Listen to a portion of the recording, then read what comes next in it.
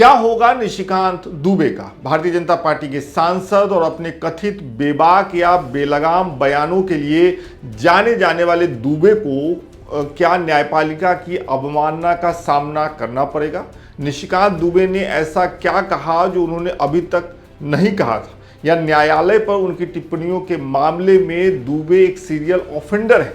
क्या कहती हैं इस बारे में कानूनी धाराएं और क्या कह रहा है विपक्ष? इन सब के बारे में इस वीडियो में बात करेंगे। आप आखिर तक बने रहिए। भाजपा सांसद निशिकांत दुबे ने हाल ही में संसद के बाहर एक ऐसा बयान दिया जिससे मोर और लेस आक्रोश फैला हुआ है, लोग नाराज हैं।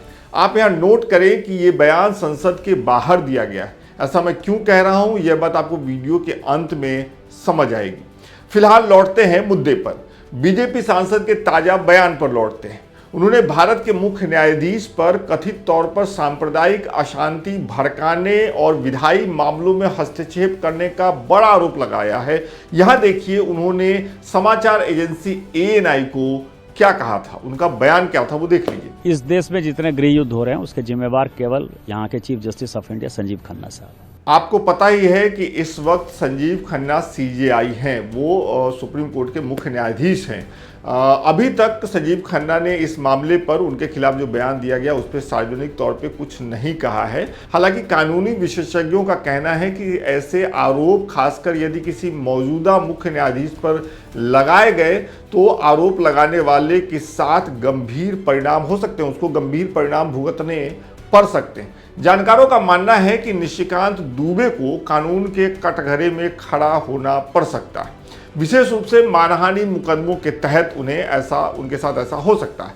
भारतीय न्याय संहिता धारा 499 और 500 के तहत मानहानि मौखिक या लिखित एक क्रिमिनल ऑफेंस है। अगर इस मामले में उन्हें दोषी पाया जाता है तो उन्हें 2 साल तक की सजा, जेल, जुर्माना दोनों हो सकती है। ये निशिकांत दुबे के साथ हो सकता है। इस मामले में मानहानि के क्रिमिनल ऑफेंस के अलावा CJI यहां तक कि सुप्रीम कोर्ट का कोई भी जज इस मामले में अवमानना कार्रवाई शुरू कर सकता है। यह भी कानूनी प्रक्रिया है।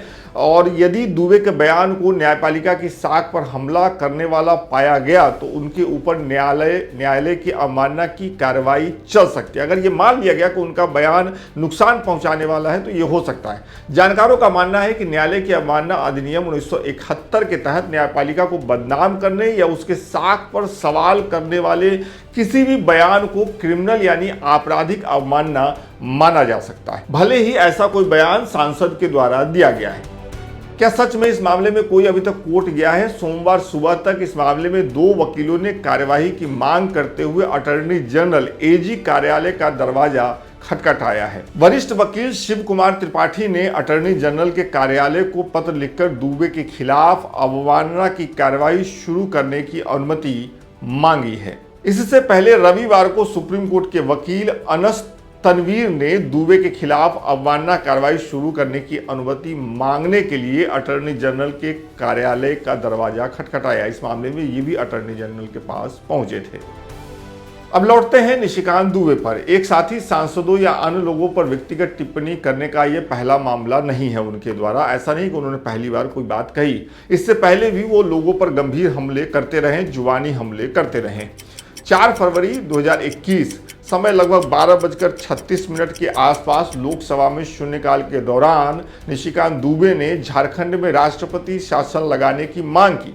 उन्होंने आरोप लगाया कि राज्य में 4000 बलात्कार के मामले सामने आए हैं, महिलाएं सुरक्षित नहीं हैं। उन्होंने यह भी उल्लेख किया कि मुख्यमंत्री खुद 2013 के बलात्कार के एक मामले में आरोपी हैं जिसकी सुनवाई बॉम्बे हाईकोर्ट में चल रही है। इस मामले में उन्होंने झारखंड की न्यायपालिका पर गंभीर सवाल उठाए थे। लोकसभा के अंदर 8 अगस्त 2023 समय लगभग दोपहर के 2 बजे थे। लोकसभा में अविश्वास प्रस्ताव पर बहस के दौरान दुबे ने मोदी उपनाम मानहानि मामले में राहुल गांधी को दोष सिद्ध किए जाने पर सुप्रीम कोर्ट के स्टे पर सवाल उठाया था। उन्होंने कहा कि सुप्रीम कोर्ट ने कोई फैसला नहीं सुनाया है, केवल स्टे जारी किया है, जिसका अर्थ है कि कानूनी प्रक्रिया अधूरी है। दुबे ने यह भी टिप्पणी की कि गांधी ने माफी मांगने से इनकार कर दिया क्योंकि वह प्रधानमंत्री नरेंद्र मोदी को निम्न जाति का मानते हैं। अक्टूबर 2023 में निशिकांत दुबे ने लोकसभा अध्यक्ष को पत्र लिखकर आरोप लगाया कि तृणमूल कांग्रेस की सांसद महुआ मोइत्रा ने संसद में सवाल पूछने के लिए रिश्वत ली है।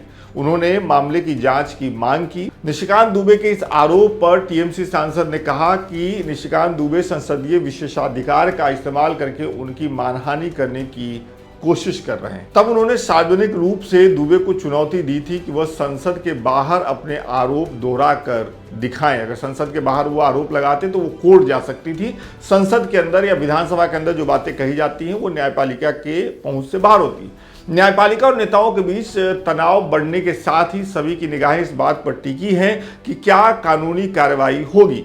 फिलहाल ये टिप्पणियां विवादास्पद बनी हुई हैं, लेकिन इनका कानूनी प्रभाव अभी शुरू नहीं हुआ है।